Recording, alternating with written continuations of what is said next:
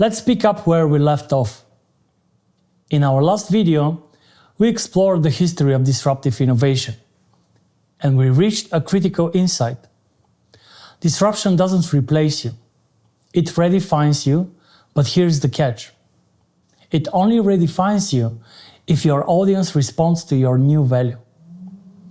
And that is where the real challenge lies. Because at its core, disruptive innovation is not just a technology problem. It's above all a marketing problem. Now, why a marketing problem? And what is marketing really? Well, it's not just advertising or promotion. It's not about just spinning a message out. Marketing is the process of creating market value and capturing value from the market in return. And disruptive innovation is a marketing problem because there is a change in how your value is perceived due to this new AI technology now available. With disruptive innovation, your clients see less value in what you currently do for them, or sometimes no value at all anymore. That means you have to rethink, redesign, and update the way you identify, create, communicate, and deliver market value in order to capture meaningful value from the market in return. And let's be honest, this is where many localization professionals and companies struggle. They adopt the technology, but fail to create new value in the minds of their clients. So how do we fix that? We go back to the basics. So let me take you through the marketing process.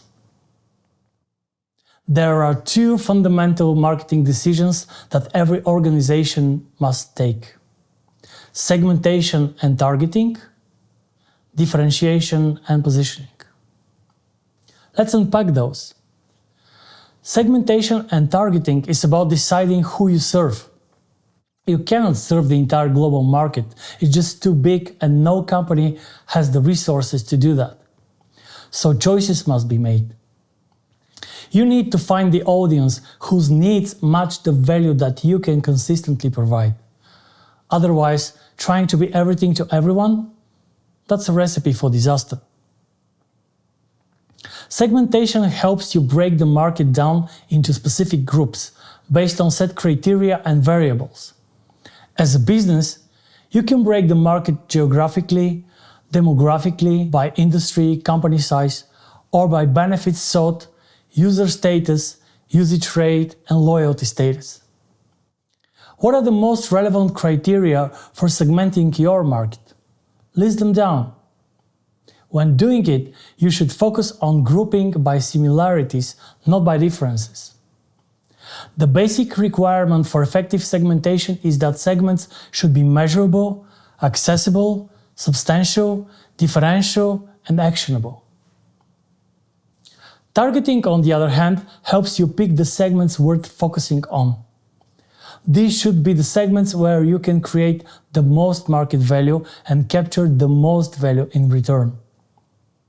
Targeting involves evaluating each market segment's attractiveness and selecting one or more segments to enter.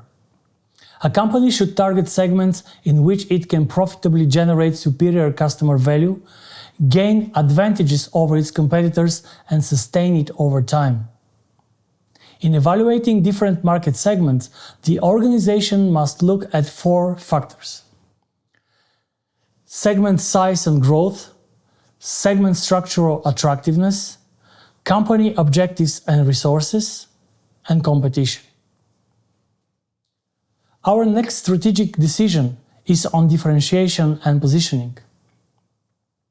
Once you know who you're speaking to, you need to answer the question, why should they choose me?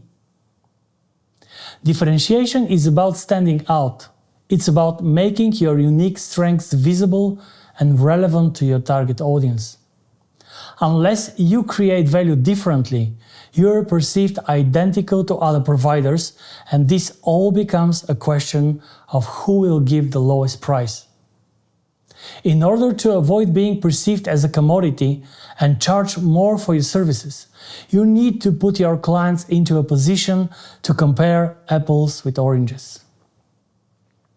The answer to the question, how are we going to create value to our targeted segment differently compared to others, is your differentiation. And your differentiation provides the base for your competitive advantage. A difference is worth establishing to the extent that it satisfies the following criteria. Your difference must be important, delivers a highly valued benefit to target buyers; distinctive, competitors do not offer the difference or the company can offer it in a more distinctive way; superior, the difference is superior to other ways that customers might obtain the same benefit; communicable, the difference is easy to communicate and visible to buyers; preemptive, competitors cannot easily copy the difference; affordable, buyers can afford to pay for the difference; profitable, your company can employ the difference profitably. Also, the things competitors are doing that you decide not to do, that could be a source for differentiation and competitive advantage for your organization. Differentiation involves uniqueness along some dimensions that is significantly valued by customers to allow charging a price premium. Positioning, on the other hand, is about the desired position you want to occupy in the minds of your target audience based on set criteria. Do you want to be perceived cheap and quick like McDonald's? Or boutique and expensive like the Ritz? There is no good or bad answer here. These are both very successful companies.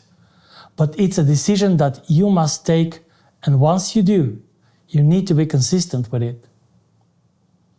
The brand position represents the difference we want our audience to remember our brand for, and is expressed by a positioning statement. It's the arranging for a product or a service to occupy a clear, distinctive and desirable place relative to competing services in the minds of the target audience. A good approach to visualize the desired position is to use a positioning, or also called perceptual mapping. And here are some examples just for you to get the idea. As you can see, you can apply any criteria you find important that require a trade-off. The identified desired position is expressed through a positioning statement.